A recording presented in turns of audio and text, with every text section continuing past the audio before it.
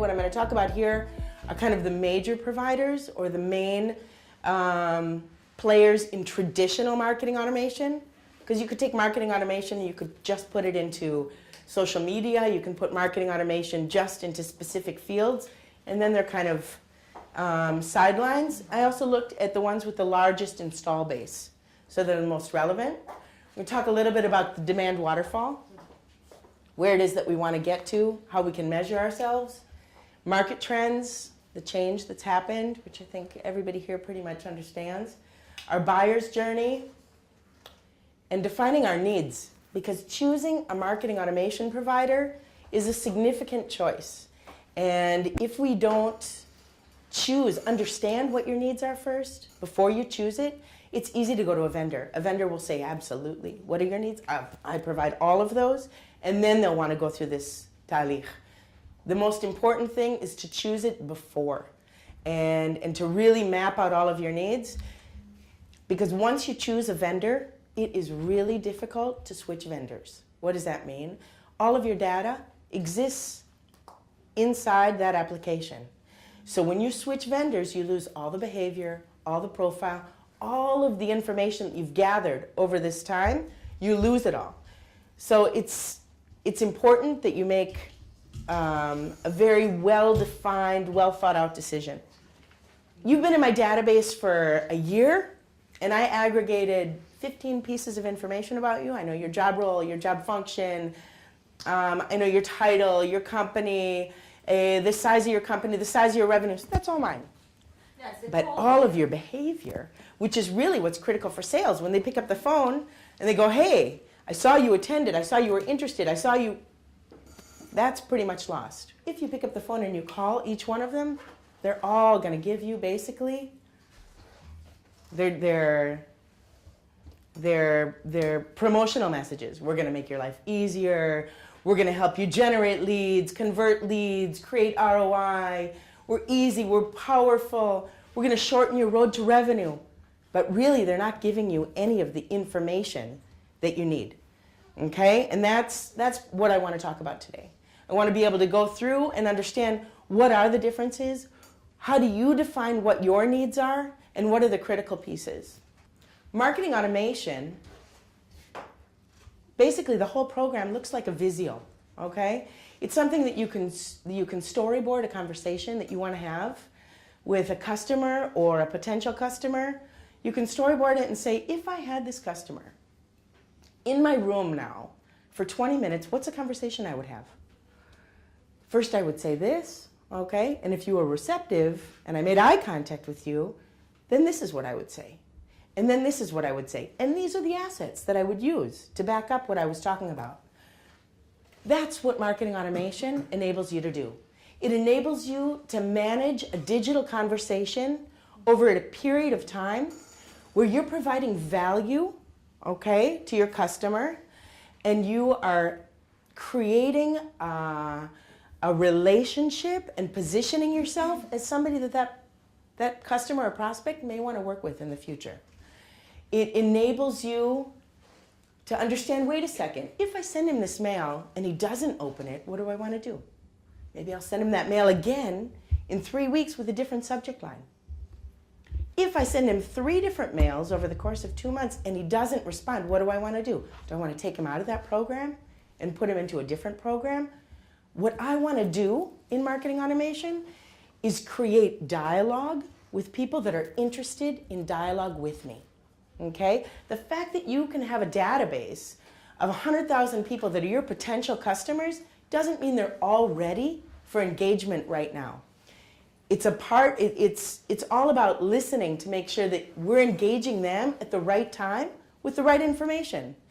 And whether they go into a drip campaign where we say, okay, let's talk to these people once every 6 weeks with something valuable, or let's engage in a dialogue where I'm going to send you a mail, you're going to click on it, you're going to open it. Why? Because you found value in that mail.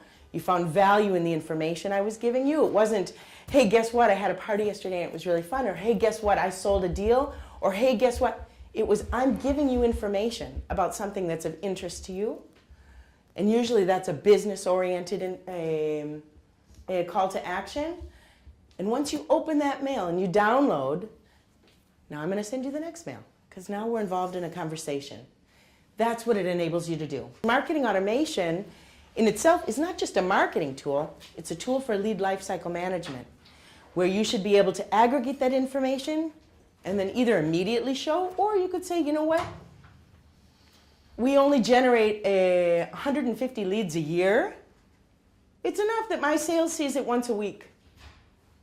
Those are all very dependent on what your needs are. Marketing automation will not generate your leads, okay? Your leads are your leads. You have to generate them. You have to come up with your own call to action. You have to go to your own shows. You have to buy your own lists. You have to engage companies that will work with you to generate leads. Marketing automation, you put your leads into it, or they fill out forms and they come in, but it won't generate them for you. It won't create content, which I think is a big piece. People think, wow, you know what? I've got marketing automation. Let's make a campaign. What is a campaign? A campaign is not just words. A campaign has to be messaging, value. What am I providing? Why would somebody open my mail? If there's 400 mails in their box, why mine? Okay? Defining your campaigns and call to action, I think that this is one of the most painful processes that I've seen companies go through across the board. And even once you go through and you define your call to action, as soon as there's a small change in the company or a change, we're going to add another vertical, we're going to add another piece. Wait a second, what's my call to action?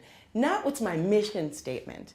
What's my call to action? What am I asking this customer to do? You open a mail, is it enough that he just looked at it? Or am I asking them, this is the offer, this is what I'm giving you, click here. So to define that is critical. Otherwise you'll have a lot of views and no conversions. So even if you've aligned your sales and marketing, if you don't have an SLA which says, hey, I just passed you a lead, Mr. Sales Guy, you know that you have to react to that lead within X amount of time. What happens if you don't react to that lead? What's the value of that lead? These processes are critical to address before you move to marketing automation. I think the goal when people move towards modern marketing is that you become a best-in-class organization.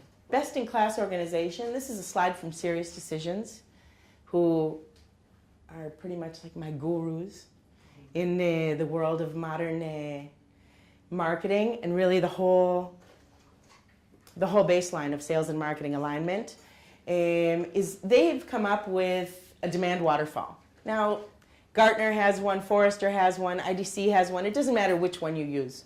It matters that you align yourself to something which then you can benchmark against other companies afterwards. So Serious Decisions starts with inquiries. They go to marketing qualified leads, sales accepted leads, sales qualified leads, and closed business.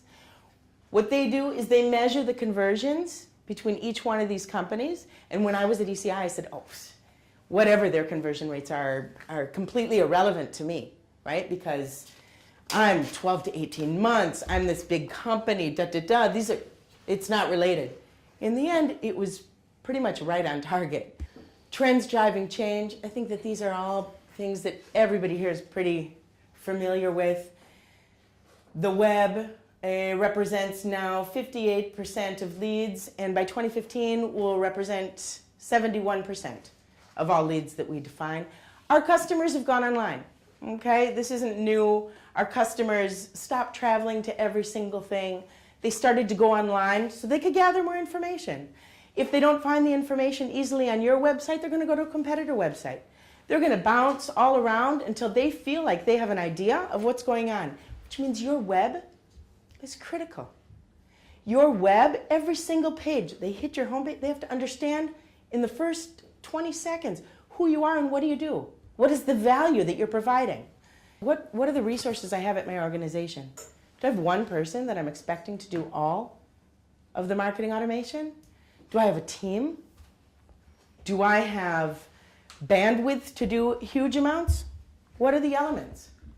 What are the features that I need? Do I need to be able to do direct mail, SMS, MMS? What do I need to be able to do through my system? How many users do I have? This is a sticky point. Automatically, marketing automation will take all of the context that you have in CRM. Okay? And then that's how they price it. So you could say, wow, in CRM, I've got 400,000. Well, you're going to pay a lot of money for marketing automation. Or you can define rules that say, all right, maybe I have 400,000. The only people I'm going to put in marketing automation are A, B, C. Really, do I just want my marketing automation to stay clean? I want to start over, or do I want to import everything? Do I want to start doing this now for customer retention, customer service? What are my needs? These are the critical pieces that anybody looking towards moving to marketing automation or towards a modern marketing model needs to take into account. You don't have to have all of these the day you start. The most important thing is you start with something, and then this is kind of a roadmap. Okay, we're going to talk about language, a glossary, so we get the whole company on board and we're all speaking the same language. Defining your audience and a digital dialogue. Creating lead scoring criteria, the SLAs between sales and marketing. Content strategy. Integration with CRM. Sales realignment and measurement. Okay? So the first thing is getting everybody on board. This is critical before you start. Okay? Everyone in your organization has to speak the same language. What is an inquiry? What does that mean? What is the criteria? The inquiry, it could be different. You can take an industry definition and then you tweak it for your organization. What is an inquiry? What does that mean? Is an inquiry somebody who put a business card in your bucket, even if you were giving an iPad away every 10 minutes? Is it to a big show? Is it specific hand raisers? What is it? That's something you have to define. The criteria for each one of these and what activities have to happen in order for them to go from stage to stage. Defining your audience and your digital dialogue. You want them to get accustomed to every time they get a mail from you for being valuable. So that the next time they get a mail from you, they're going to open it again. Not, oh, that's garbage, because eventually they'll go through, they'll clean out their inbox, and they'll unsubscribe from everything. You want to warm those relations and make sure that they find value in every mail that you send. Integrating with CRM, each one of these pieces are critical. What is the information your sales organization needs to know about every one of these leads you're pushing? Is it job role? Is it job function? Are they just looking at a specific vertical, a specific company size? To define each one of these pieces is very important. Change notifications, alerts. Are you going to send the same alert to a salesperson every time a lead comes in? Or are you going to say, hey, wait a second, this is an existing customer that may have a new opportunity because they've had elevated activity, or this is a new customer, potential customer. Or you have to define what are the different use cases and what kind of notifications are you going to send and what's the SLA for each one of those.